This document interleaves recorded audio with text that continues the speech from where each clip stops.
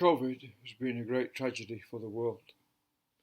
It's brought about so many deaths, so much sadness, so much injury to life, disrupted economies, caused so much hardship, unknown hardship, and will continue to do so for quite some time yet. There's been an ongoing policy to mandating all sorts of reactions and actions to try to combat the spread of COVID. But there's been a great big hole, really, in the policy of dealing with COVID, which to me is as much a tragedy and a missed opportunity as it is as anything else, as any other part of it. Because if suffering and saving lives and doing the right thing like that is the aim of governments or media or whatever, and they really have been pushing their caring very deeply about society. You almost get vaccinated and all that to save yourself and save society and get on with your lives. That's great. That's what the social human compunction to do that.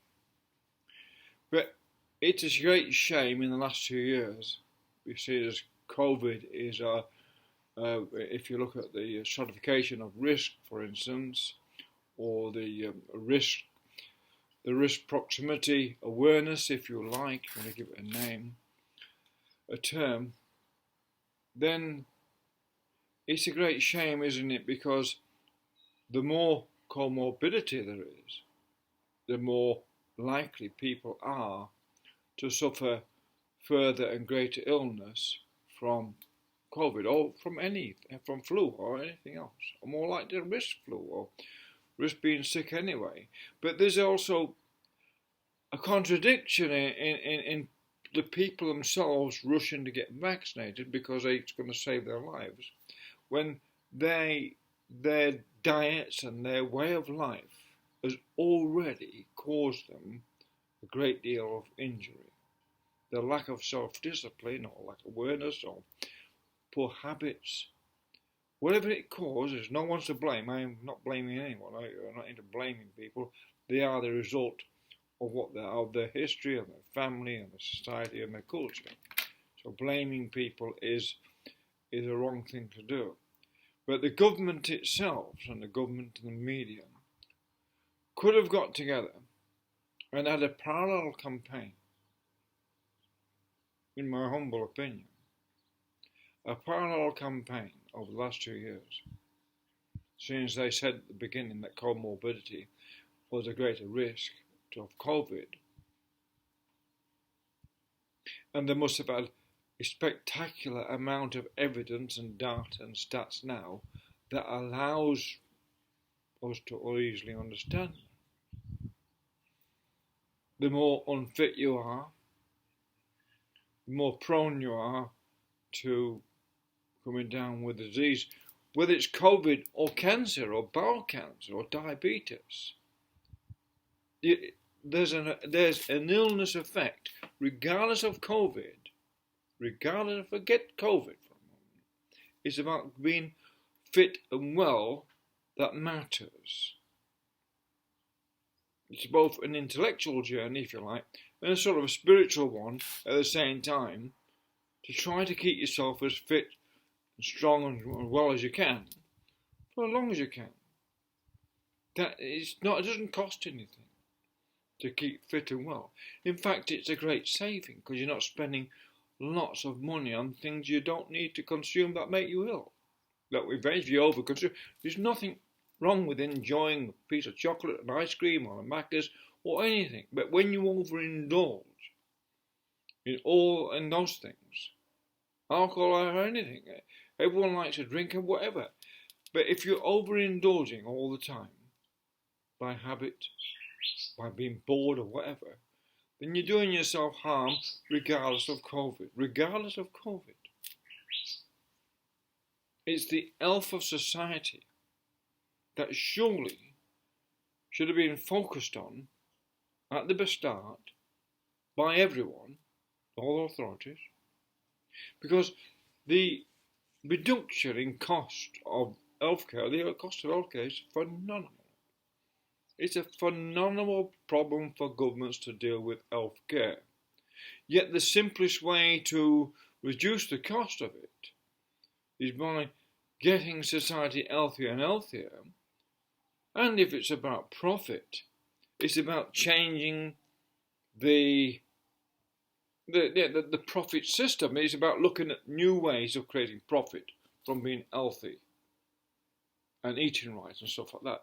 And it's creating leisure, the idea of you can make profit out of leisure, which can be a healthier pursuit.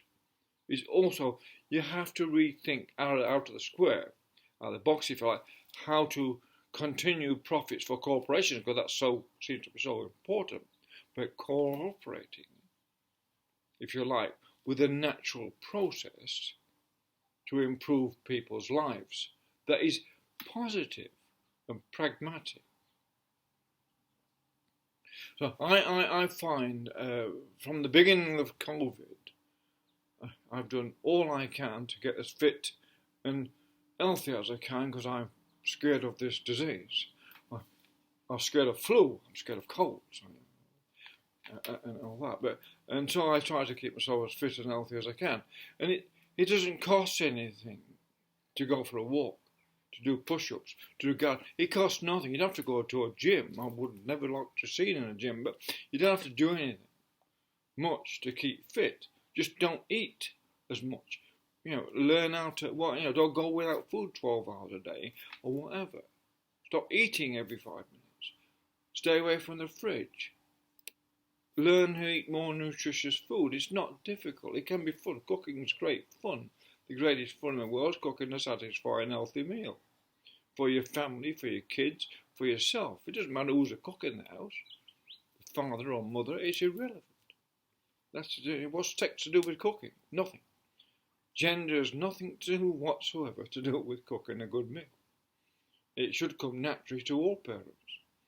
Then they can pass that idea on to their children, which, look at the Indians, look at the Chinese, and look at the French, and look at all the people with food cultures, Italians, and Mediterranean diets, and all those people with food cultures pass on good dietary ideas to their children.